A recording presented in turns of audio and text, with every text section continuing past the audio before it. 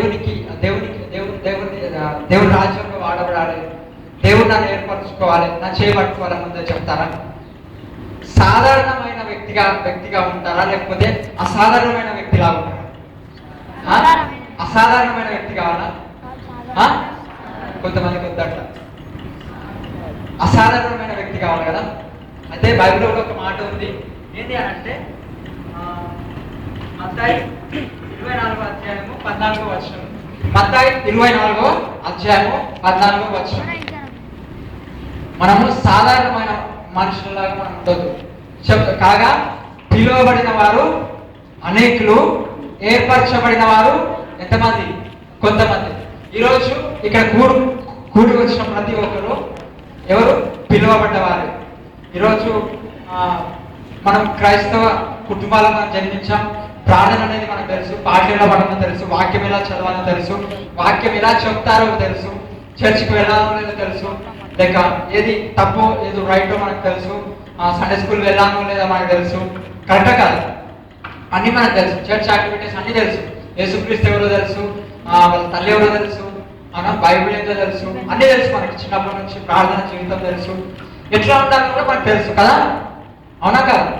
సరే, అయితే దేవుడు తల్లి గర్భంలో రూపిపోకముందే కొంతమందిని సేవకు ప్రత్యేకంగా ఏర్పరచుకుంటారు కదా, కరెక్టేనా? వాళ్ళ తల్లిదండ్రుల ప్రార్థన బట్టి, వాళ్ళ తల్లిదండ్రుల ఆసక్తిని బట్టి, వాళ్ళ తల్లిదండ్రుల పరిశుద్ధతను బట్టి వాళ్ళ కుటుంబంలో ఒక మంచి వ్యక్తిని కూడా జన్మించవచ్చు. అయితే ఇక్కడ ఏం మాట్లాడు? పిలువబడిన వారు అనేకులు, ఏర్పరచబడిన వారు కొందరే. ఇక్కడ కూడి వచ్చిన ప్రతి ఒక్కరికి నేను క్వశ్చన్ మీకు వేస్తున్నా, ఒక ప్రశ్న. ఏంటి అంటే, మీరు పిలువబడిన వారు లాగా ఉంటారా, ఏర్పరచబడిన వారు లాగా ఉంటారా? చెప్పాలి. పిలువబడిన పెళ్లికి అందరూ పిలుస్తారు కదా కదా, కానీ ఏర్పరిచి దాంట్లో నుంచి ప్రత్యేకింపజేసి విఐపి సీట్లో కూర్చోబెట్టేది మాత్రం ఎంతమందికి? కొంతమందికి. మీకు ఏది కావాలో నిర్ణయించుకోండి. మీరు పిలువబడిన వారు లాగా ఉంటారా, ఏర్పరచబడిన వారు లాగా ఉంటారా? ఏర్పరచబడిన వారు కొందరే, పిలువబడిన వారు అనేకులు. అందరినీ పిలిచిండు, అందరిని పిలిచిండు, కానీ అక్కడ ఏమంటారు? ఏర్పరచబడిన వారు కొందరే. సాధారణమైన ప్రజలు పిలువబడిన వారు, అవునా?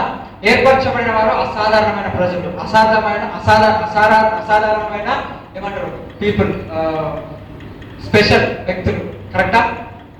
విఐపీస్ కి ఏర్పరచుకుంటారు, కొంతమంది ఏర్పరచుకుంటున్నారు దేవుడు. అయితే దేవుడు ఏర్పరచుకోవాలంటే మనం ఏం చేయాలి? పిలువబడ్డాం, కరెక్టే. మనము అసాధారణమైన ప్రజల్లాగా, దేవుడు ఏర్పరచుకున్న ప్రజల్లాగా మనం ఉండాలని కోరుకుంటున్నాం, కరెక్టేనా? సరే, దాంట్లోకి వెళ్ళాలంటే మనం ఏం చేయాలి?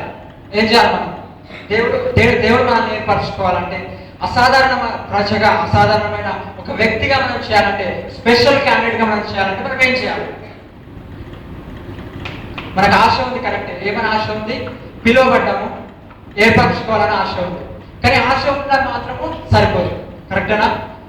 అబ్రహాముకు దేవుడు పిలిచాడు కదా, అబ్రహాంకు పిలిచాడా? ఆదికాండం 12వ అధ్యాయం. అబ్రహాంకు పిలిచాడా? అబ్రహాం పిలిచిందా లేదా? తలపండి. అబ్రహాం పిలిచిండా? అబ్రహాం పిలిచిండు. అయితే ఆయన ఆశ ఏంది? అబ్రహాం పిలిస్తే ఏం చేసిండు? అబ్రహాము అక్కడి నుంచి బయలుదేరాడు, అక్కడి నుంచి వచ్చేసిండు కదా.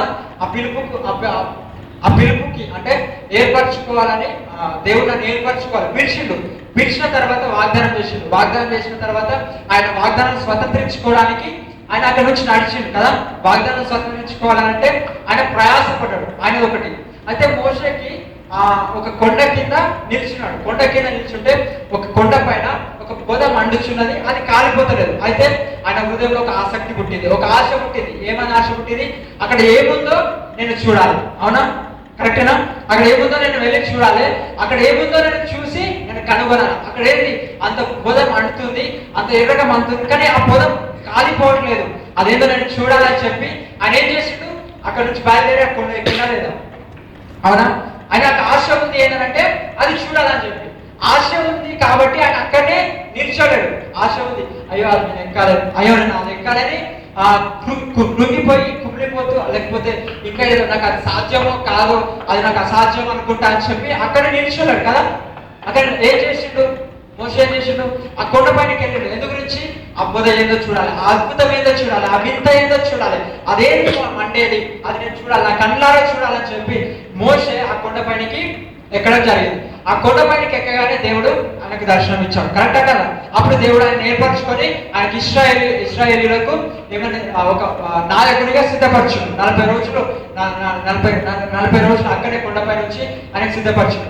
అదంతా ఎట్లా సాధ్యమైంది? ఆయన ఆసక్తిని బట్టి.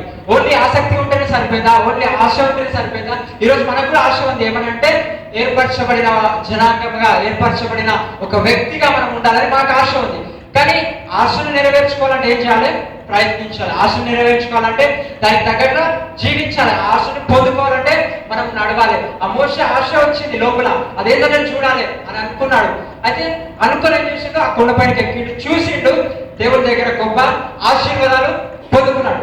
అయితే జక్కయ్య ఒక గ్రామంలో యేసుక్రీస్తు ఇక్కడే వెళ్ళిపోతున్నాడు, నడుస్తున్నాడు. జక్కయ్య స్టోరీ మన అందరికీ తెలుసు. ఆయన పొట్టి జక్కయ్య, అవునా? ఆయనకు బయట నుంచి ఆయనకు యేసుక్రీస్తు కనబడేమో అని చెప్పి ఆయన వెళ్ళే మార్గంలో నేను ఎట్లా చూడాలి ఆ యేసుక్రీస్తుకు, ఆయనను చూడాలని ఒక ఆసక్తి ఉంది, అవునా? ఆసక్తి పెట్టుకొని అక్కడనే ఆయన కూర్చోలేడు. ఆయన ఆశను ఏం చేసుకున్నాడు? నేను ఎలాగైనా సరే యేసుక్రీస్తును చూడాలి, ఆయన ముఖ దర్శనం చేసుకోవాలి, ఆయన చూడాలని చెప్పి ఏం చేసాడు?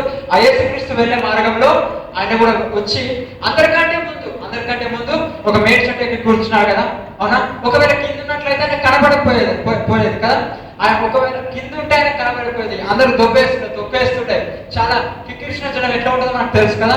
ఎక్కువ మంది జనం ఉన్నప్పుడు, ఎక్కువ మంది పబ్లిక్ ఉన్నప్పుడు మనకి కొన్నిసార్లు కనబడదు. ఆయన పొట్టి చెక్కయ్య అని బైబిల్లో రాయబడ్డది. పొట్టి చెక్కయ్య అయినప్పుడు ఆ పొట్టి చెక్కయ్యకు ఎట్లా కనపడదు కదా. కనపడినప్పుడు ఆయన ఆశతో ఏం చేసిండు? అక్కడ నుంచి ఆ యేసుక్రీస్తుని ఖచ్చితంగా నేను చూడాలి, ఆ యేసుక్రీస్తుని ఖచ్చితంగా నేను ఆయన ముఖాన్ని చూడాలి అని చెప్పి ఆ యేసుక్రీస్తు మార్గంలో, ఆయన నడిచే మార్గంలో అందరికంటే ముందు వెళ్ళి ఒక చెట్టెక్కి కూర్చున్నాడు కదా. ఒక చెట్టెక్కి కూర్చొని ఉన్నప్పుడు, ఆ కూర్చొని చూస్తున్నప్పుడు యేసుక్రీస్తు అంతమందిని వదిలేసి ఏం చేసిండు? తల పైనకి ఎత్తి, జక్కయ్య కమ్ డౌన్, అవునా? జక్కయ్య నువ్వు కిందికి రా, నేను ఇంట్లో భోజనం చేయాల్సిందిగా, నేను ఇంటికి నేను వస్తాను. జక్కయ్య కిందికి దిగు, జక్కయ్య కమ్ డౌన్, నువ్వు నీ ఆశను నేను చూశాను అని యేసయ్య అక్కడ మాట్లాడుతున్నాడు. బైబిల్ ఏమనబడ్డది?